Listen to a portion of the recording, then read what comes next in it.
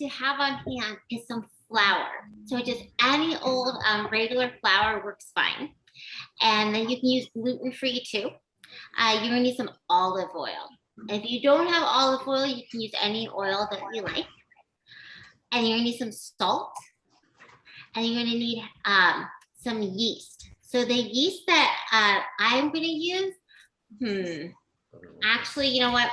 I'm gonna help you out. I'm gonna use this 2 types of yeast. One is gonna be like, just say like active dry yeast.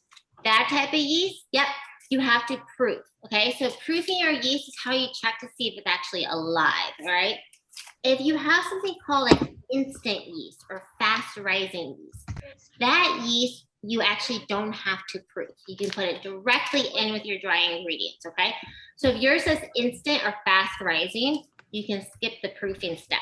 I'll do the proofing step for those who have that so we can learn that together, okay?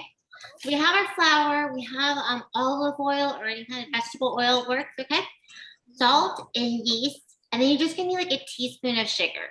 If you want, you can leave that out. It's pretty optional, okay? What that sugar does, it's gonna help brown the dough, give you that nice kind of golden brown look. I'm going to double, okay, this is where it gets really tricky, okay? Because I do this to myself. You think by now, guys, I would write my double ingredients on here. I'm gonna double my recipe, which means I'm gonna multiply everything by 2. But I'm gonna do both with you side by side, okay? And then you can watch me struggle because I'm not good at it, no matter how many times I do it. The reason I'm doubling my recipe is because I have really hungry kids upstairs and they want a lot of pizza. And that way too, if I double it, I use an entire packet of yeast. So I don't have any left over. I have the recipe like this, guys. So that way, if you're working with a partner, you guys can both do this and then you'll have like an appropriate amount of pizza dough. All right. So I'm going to double it, but I'll do both with you. And then we'll have fun watching Becky struggle with numbers. Okay. Any questions so far? No? All right, Isaac, you look a little too excited about watching me struggle with numbers there. All right, so what we need is you need a bowl. You can use a stand mixer. I'm gonna do this by hand. So that way, if you don't have a stand mixer, you can see how I'm doing, okay? So just a medium-sized bowl. You're gonna need a measuring cup. So you need your 1 cup measuring cup and then a 1/4 cup measuring cup. So that's your biggest measuring cup and then your littlest measuring cup. You're also gonna need some measuring spoons, okay? So measuring spoons, you're gonna need your teaspoon and then a tablespoon measuring spoon. And then you're gonna need a spoon, like a regular spoon, all right? You might need some scissors to open up your yeast. And then if you have it, you're gonna wanna grab a liquid measuring cup. I'm gonna show you what that looks like. Just give me a quick second. All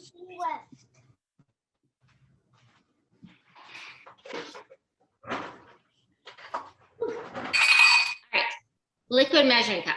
So this is what we're going to put our water into. And the key is, guys, and this is important, and this is something you can kind of catch other people at who may do it wrong.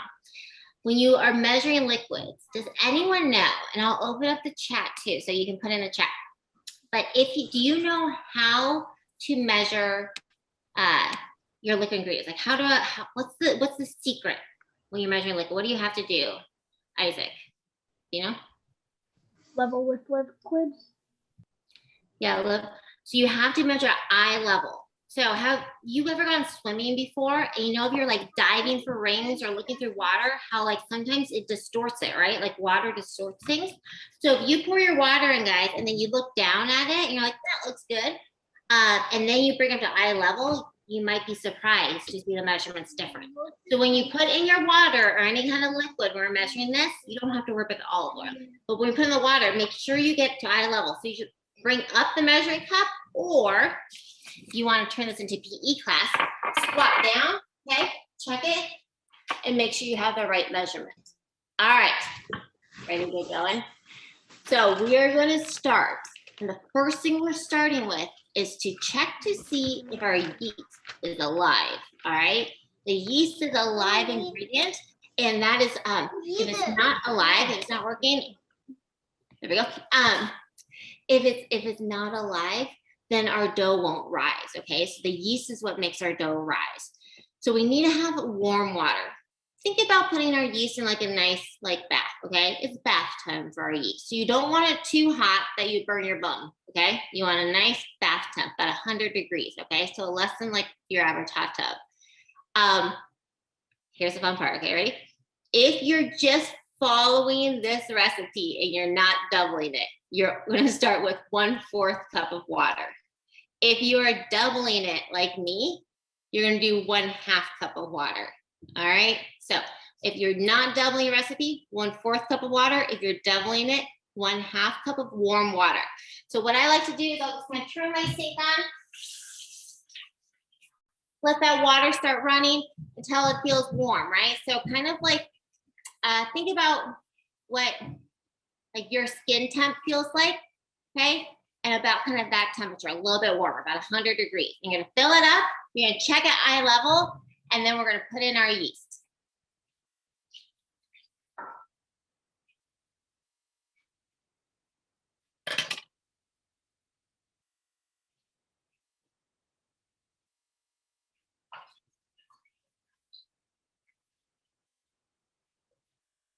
Okay. So we have 2 goats, guys, who are ready to have babies soon. 2 goats, but the soonest they should have their babies is next week. So if they have it now, it's a little too soon. So that's why I was a little trying to cool her off, putting ice cubes on her forehead. All right, so I got my 1/2 cup. Now I'm gonna make sure I get down to eye level to check before I put in my yeast. Perfect. All right, I'm gonna bump you guys all back a bit. All right, so take my packet of yeast. If you are just doing the recipe as it is, you're doing 1/2 packet, don't stress about trying to get exactly half, okay? If you happen to have a really small scale, you could always measure out 3.5 grams, but that seems like a lot of effort. You need something small, like this size, okay, to measure it. I think that's a lot of effort. So I would just eyeball 1/2 packet, okay? All right, we put it in there and then I just kind of swirl it around. You want to make sure that yeast gets wet, but you don't have to vigorously stir it or anything like that. Now, I'm going to add sugar to it. And the reason I'm adding the sugar, you guys, to this and not to my dry ingredients is because yeast loves sugar. That's what it feeds on. So it really helps wake it up, okay? Just like if you were to eat a ton of sugar, you start bouncing off the walls, okay? Same with the yeast, all right? So if you're following the recipe, you're doing 1 teaspoon of sugar. I'm gonna do 2 teaspoons, okay? So your biggest measuring spoon is your tablespoon. The next one is gonna be your teaspoon. A lot of times you'll have TSP on it, okay? So you're gonna want your teaspoon, and you're gonna do 1 teaspoon of sugar if you're following the recipe, and 2 if you're not. I'm getting better, okay? It's taken, I think I've taught this now about 300 times. I'm starting to get better at doubling, doing the same. All right, so I got 1 for mine, and I'm gonna add a second. All right. And then we just set that aside, okay, until it starts bouncing off the wall from a sugar high, okay? So I got our sugar in there. We set this aside. And what we're looking for, guys, how do we know it's alive, all right? It won't start talking to us. It's not that cool. What we'll see, though, is some bubbles. It'll start to bubble up a bit, or it'll just kind of like grow and look kind of like almost like slime and like mold growing over it. All right, so you're looking for a change. That's what we're looking for. All right, so while that eats up the sugar, does anyone have any questions? I go a little fast because I'm watching you guys as I'm doing it, and some of you guys are rocking and rolling with me. But if you feel behind, just unmute yourself and say, whoa, slow down, Becky, I have a question, or put it in the chat, okay? It's just like we're all hanging out together. All right. No questions? Nicely done, group. Nicely done indeed. All right, now it's time for our flour. 1 1/4 cup, if you're following it. Anybody under the age of, let's say 23, want to tell me if I'm doubling my recipe, if I have 1 1/4 cups for the regular one, if I double it, how many cups of flour is that? Any kiddo want to do some math? All right, see, 2 and 1. Dude, I'm with you. 2.5 cups. Yes, 2.5 cups. Now, here is the opportunity, guys, for you to learn a life little skill that most adults don't know, unless if they have been taking my classes this last year. And in that case, you know very well what I'm about to say. There is the right way to measure flour, and there is a wrong way to measure flour. The right way to measure flour is a way that most don't do it. All right. Here, if I were to say, hey, measure me a cup of flour, often people will take that cup, scoop it into their flour, take their spoon or knife, and level it off. That, my friends, is the wrong way to measure flour. If you measure your flour that way, you will get too much flour, okay? Sometimes like 25, 30 grams too much flour, which is a lot when 1 cup of flour weighs 125 grams, all right? That adds up. Instead, take your spoon, and you're gonna spoon your flour into your measuring cup, all the way to the top. Do not pack it down as you spoon it. Do not be like doing this with it. You're just spooning it all the way to the top until it goes over. Then turn your spoon over, level it off. If you want, if you're like someone who likes to experiment and test things out, you are welcome to do it both ways. If you have 2 1-cup measuring cups, do it both ways. Hold it in the same hand and see if you notice a difference. So far, when I do that trick, everybody does notice a difference. All right, so, and if you have a cooking scale, you can also simply weigh out your flour. When I do all my bakery orders, that's what I do. I just weigh everything. Because then I have a lot of cups of flour, and the last thing I want to do, guys, is rely on my ability to count. That's not good. And if you guys who come to my camps know that all too well. I get to 5 and I get bored. All right, so I got 2 cups in there. I was told that I need 2.5 cups for my double recipe. I was just doing the regular one, 1 1/4 cup. So I'm going to do my 4th cup 2 times. All right, and I have my 2.5 cups. Measuring flour correctly can really help you out. Okay, I don't know why I just put the other 4th cup back in the flour. That's really efficient. If you're following a recipe and you're like, oh man, like why is mine too dry or why is mine too wet? It often comes down to how either you measured your flour or the person who wrote the recipe measured their flour. And that's why you see in my recipes on our website, I usually have a range. And I put that range in there because I'm already going to just make the assumption that you're not going to necessarily measure your flour the correct way. And so I help you out by putting in a range. All right, we got our flour in here. We're good on that. Now we need to do our salt. Here's the thing though. I'm going to challenge you to measure salt a different way than perhaps normal. All about that, right? I want you to pour in your hand what you think is the correct measurement of salt. So that's half a teaspoon. You're just following the recipe. If you're doubling it with me, you're doing 1 teaspoon of salt. Pour into your hand what you think is the correct amount and then test it against your measuring spoon. And if you're cooking with someone else, make it into a competition. See who gets the closest, okay? So look at what the correct amount is. So I'm looking at 1 teaspoon. Then I'm pouring what I think it's 1 teaspoon into my hand, taking my measuring spoon, and I'm checking it. And put it in. The more comfortable you get, you guys, with understanding what 1 teaspoon looks like or 1 cup looks like, cooking becomes a lot more fun. You don't have to be as concerned about, oh, did I measure it correctly? Or what looks right. That way if someone says, oh, can I just throw in a teaspoon of salt? You know what a teaspoon of salt looks like. And it's just really fun to realize, like, look at new skill. Pat yourself on the back. So put in what you think.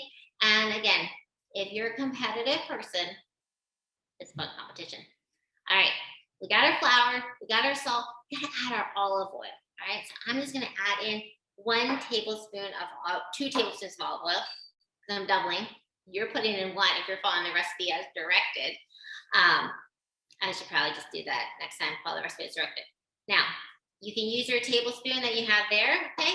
Or you do have my permission to measure a tablespoon the way that you often hear me do in classes, which is a glove, all right? 1 tablespoon of olive oil is also the same as 1 glove. Just like with your salt. If you get really good at understanding, like, oh, that's a teaspoon, you'll get also equally good at knowing, like, oh, that is 1 tablespoon.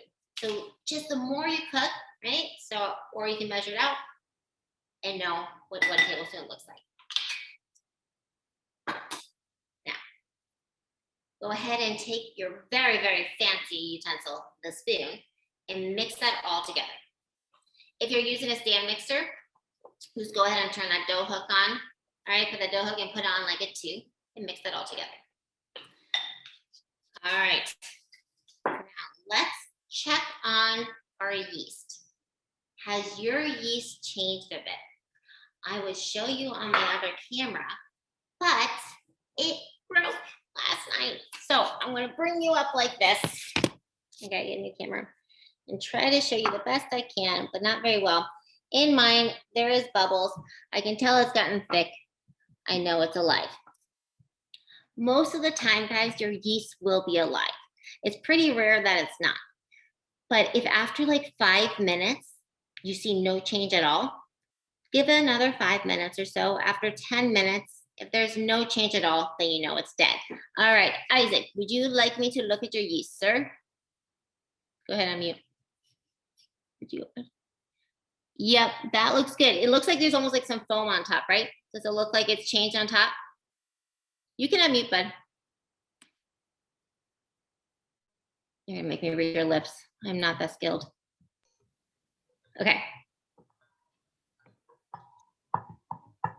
Does it look different? Okay, good job. Anyone else have a yeast question? Cooking yeast only. No? Okay. So, oh, heck you all back. Go get it. Okay. We got our flour and stuff. We got our water and yeast. Now remember, we only have like about half the water that we'll probably end up needing. Okay, but this is what we're going to start with. We are going to add our water and yeast into the bowl. Make sure you have a spoon handy because a lot of times, guys, some of that sugar yeast likes to cling to the bottom. So just kind of scoop that all in. And again, if you're using a stand mixer, you just have that dough hook on. You're just gonna have that start mixing. If you're using your hand as a mixer, then go ahead and stir that in. And remember, this is not all the water you need, so don't be like, oh my gosh, Becky, this is not okay. All right. So you should have kind of like a shaggy dough of it. Now, here is the thing about adding the rest of the water. I don't want you to just fill up the remaining water and dump in it. I want to challenge you guys to do it slowly. Add a little bit and mix it in and understand that maybe you might not need all the water. Maybe you might need a little bit more.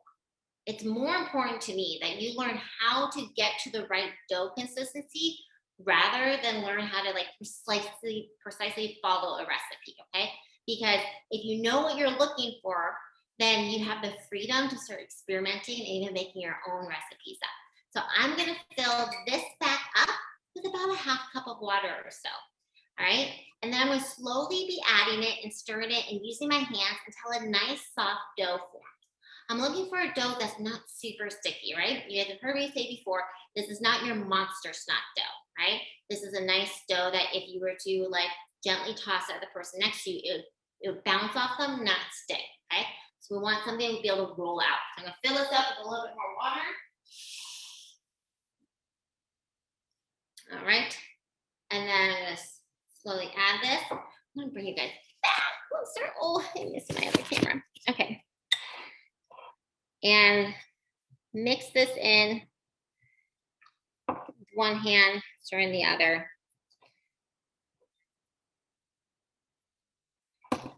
Until my dough forms. A lot of times, guys, make sure you always check the bottom of the bowl because flour likes to hide there. Okay. And we're looking at nice, soft dough. One important tip is when you are working with any kind of dough, bread dough, once your hands are really, if they get really goopy and messy, your dough, there's a fly, I love my hat. Your dough will forever feel goopy and sticky. So once your dough comes together, before you start kneading it, okay, and we'll go over how to knead your dough. Before you start kneading it, you're gonna wanna wash your hands off. Otherwise, your hands are gonna be always really sticky with that dough, all right? That's a real, I hope all these tips are useful, but that is one of the most useful ones that I've gotten feedback from people who've been baking their entire lives and they're, for 50 plus years, and they're like, oh my gosh, that changed things for me. So if your hands are super goopy, mine aren't that bad, but if they are, before we start kneading the dough, you're gonna wanna wash them off. So we're looking for a dough, again, that's not super sticky at all, nice and soft, that comes together. It looks like this. If you are doing it by hand with me, we get the fun of kneading the dough by hand, okay? Kneading it is like giving it a really nice deep tissue massage. It sounds amazing right now, to be honest. Okay, so what it does is it's helping, we're stretching that gluten, okay? So we're really getting so we can stretch that dough. Right now, if I were to stretch it, it just rips. After we knead it, that's gonna become super soft and fun to play with. And I always like to call it like happy dough. And if you ever come to my kitchen, and if you make me happy dough, you'll see how happy it makes me. I get very happy about happy dough. All right. I got kiddos tomorrow who better make me some happy dough. All right. So this is how we knead our dough. If you're not doing a stand mixer, I'm going to put some flour down. And what I'm going to do is I'm going to be pushing out my dough like this. Okay. With my hand, I'm going to be folding it back and then kind of turning it. Kind of stretching out, fold and turn. I'm just working that dough. Right now, it just rips really easily. But the more I work it, okay, you kind of come up with your own system. It's just for stretching and folding. The more I work it, the more stretch you'll have. There's something called the window pane test. And you don't have to stress about this. But for those who want to push yourselves as bakers a bit, the window pane test is this. You pull off some of your dough, you stretch it between your fingers. And when it's kneaded enough, you should be able to stretch it so it stretches so thin they can see through it. But if it rips like this really quickly, you can't stretch it, then you need to keep kneading it. So you should be able to stretch your dough nice and thin so you can see through it like a window pane. My technique of kneading is a little different overall. The times I kind of will just work one area and then switch and work the other. But you just will kind of keep working both bit. If you're doing it by hand, you will get a good arm workout. Your arms should hurt a bit, okay? If you're not kind of complaining by the end about how ooh, that hurts, then you haven't done it good enough, all right? There's a reason why bakers have very, very strong hands. So we're kneading dough. Before KitchenAid came out with stand mixers, I'll do it for you. All right, so we're kneading it. You're doing it by hand, 5-7 minutes max, all right? And if after 3 minutes, you're just done and you're just I just want pizza, it'll be okay, all right? The more you knead it, if you get really nice, soft, good dough, the dough will taste better. But if you really just want to eat the pizza, don't worry, don't stress. It'll still taste just fine. Any questions at this point, guys? But that's it. It's that easy. Very easy pizza dough. It only has to rise for about 20 minutes. You can let it rise for longer, all right? And if you want, you can go ahead and let it rise. And if you're oh my gosh, I don't want to eat this much pizza tonight. I don't know why, but let's say you thought that. You can freeze the dough, okay? So you can go ahead and you can freeze the dough. You can maybe you want to make more batches right now and just freeze it away. And then just pull that dough out of the freezer the night before you want to use it. Let it defrost inside the fridge. And then just roll it out and make your pizza. You can also make your own frozen pizzas, all right? The way you do that is you would follow the directions, make your dough, let it rise, you roll it out into your pizza dough, as big of a pizza as you want to make, and you'll go ahead and bake it, all right, for just about half the time. It's called par baking, okay? We're gonna bake about half the time so that the dough does set up, but it's not fully baked, right? So you can still put things on. You're gonna pull it out. You'll put your sauce on, your cheese on, and then you'll wrap it in saran wrap or on foil and then put it in the freezer. And then when you're ready to bake it, you'll just bake it just like you would any frozen pizza. So you can make your own frozen pizzas. I don't honestly do that. I'm always gonna be honest with you guys. I don't do it. The reason I don't do it is because well, to be honest, guys, if you have pizza, most of the time it's in the wood-fired pizza oven. That's just us. All right. We're weird like that. But also I like to make my pizzas fresh.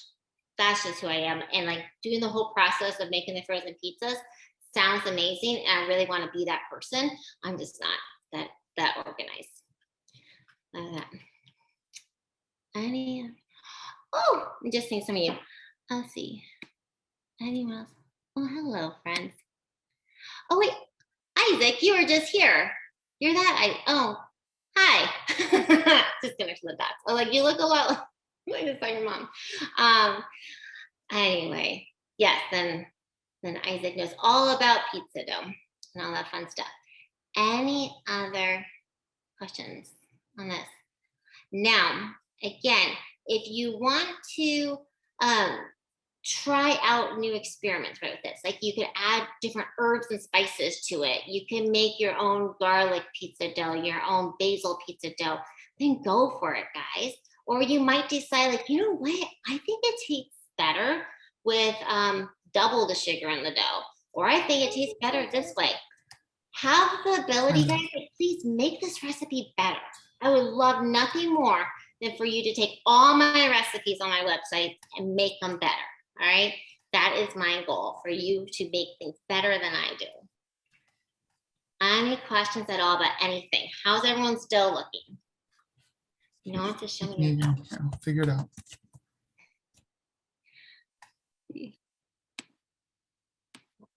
Any questions? No, a lot of you guys know you're. Oh, Leanne, that's a cute. Is that like a tiny pig as your picture? Love it. I wish I was a tiny pig in the kitchen cooking.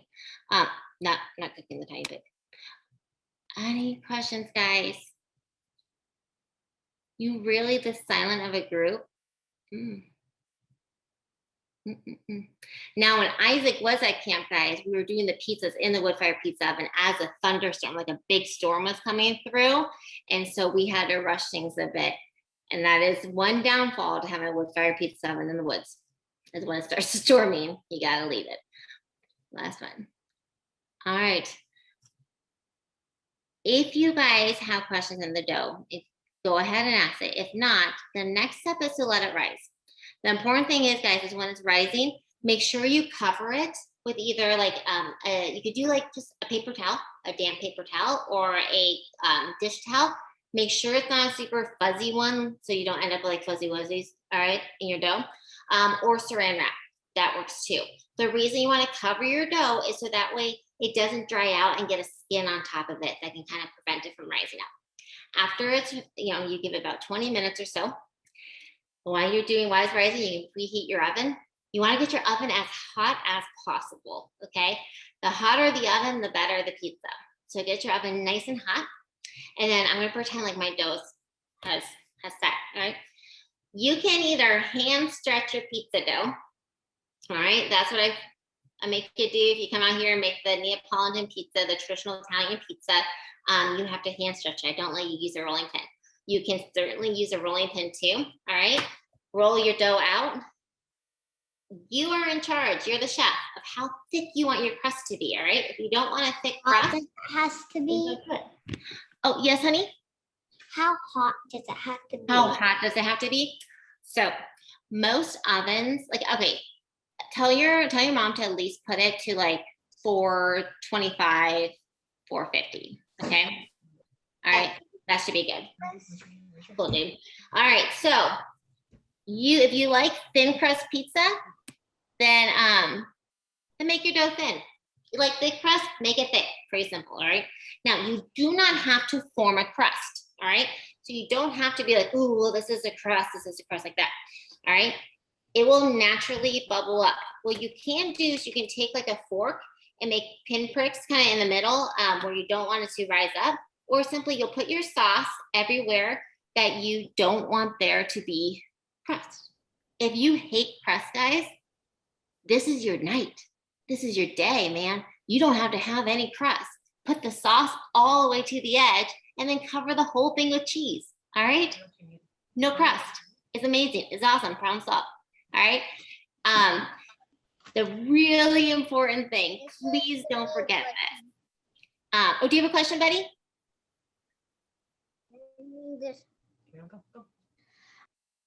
Nope. Okay. All right. Now, if you don't do this step, you will have a bit of a mess on your hands and you'll be like, oh no, I didn't listen to Becky, which is, if you are going to be baking your pizza on a cookie sheet, right? Like put down some parchment paper. That's my go-to. All right. If your oven's above like 450 though, 425, that parchment paper can burn a bit. But you're going to put this on parchment paper, or make sure that your pan has like some cornmeal down so it doesn't stick. Put it on your cookie sheet before you put your toppings on and your sauce on. If you put all your sauce on and your cheese and your pepperoni, and then you try to lift it off your counter, it's not going to end well. You're going to have to fold it in half and make yourself a calzone. All right. So make sure that you do not put your sauce and cheese on your pizza until it is on either your pan, or if you're using a pizza peel, all right, to then put it onto a pizza stone. Put this on there first. All right. How long to bake it? That totally is dependent on a few things. One is how thick your crust is, how hot your oven is, and like how many toppings you have on. However, it's not that long. Usually about 7 minutes is as long as it takes to get it nice and well cooked. All right. So keep an eye on it. You have time to go to the bathroom. All right.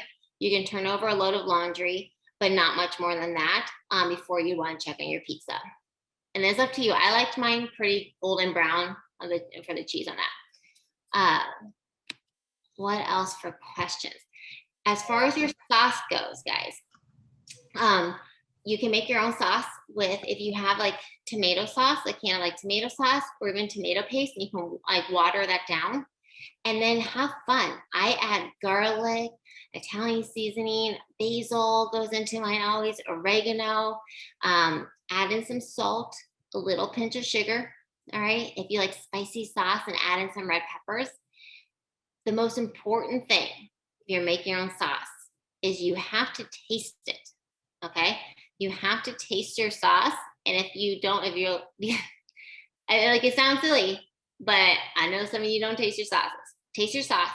If you're like, I don't really taste in the flavor, add in some more salt. That's one of the most common things, is you guys don't salt things enough. And if you salt, like, you need salt to taste flavor. All right. And that's if you're my scientist friend, you love experimenting, okay, then make yourself a sauce, or next time you cook, don't put any salt in. Put all of your herbs and spices in and taste it. And then add the salt and taste it again. That salt is what brings out the flavors and everything, all right? That is what brings in all the different, like the warmth, the spice, the citrus, everything comes together when you add salt. I think we all do that in life, right? Who's that one person in your life that like makes life a lot better? That's what salt does. Now, if you're doing this on a pizza stone, make sure your pizza stone is in your oven when you're preheating it. You want to get that as hot as possible, okay? And then you can just transfer your dough right onto that pizza stone to cook. I always, again, try to have some cornmeal underneath when transferring it. Isaac knows that all too well. You have to, like, if you have a pizza peel, and what is a pizza peel? Hold on. Show you.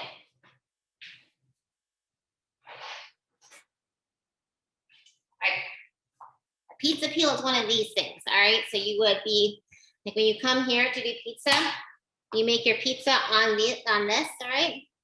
And then we use this to slide it into the big wood fire pizza oven.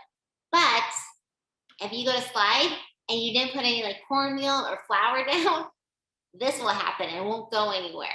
And then it gets very sad because the cheese and sauce goes off, but the crust doesn't. So make sure if you're using a pizza peel or anything like that, that you have it so it can slide off. So cornmeal is what we use as our form of ball bearings. So we always get a lesson of what ball bearings are. Any other questions? You guys, you can also just use like a marinara sauce for your pizza. So if you don't want to make your own, just go in your pantry, go in your cupboard, grab a thing of spaghetti sauce, and you're good to go. What else question-wise, guys? Anything? If you enjoy doing cooking online, I do promise you, promise. I know some of you, one of you on here has attended almost every single one of my online classes last year. You know who you are, and you know I adore and love you.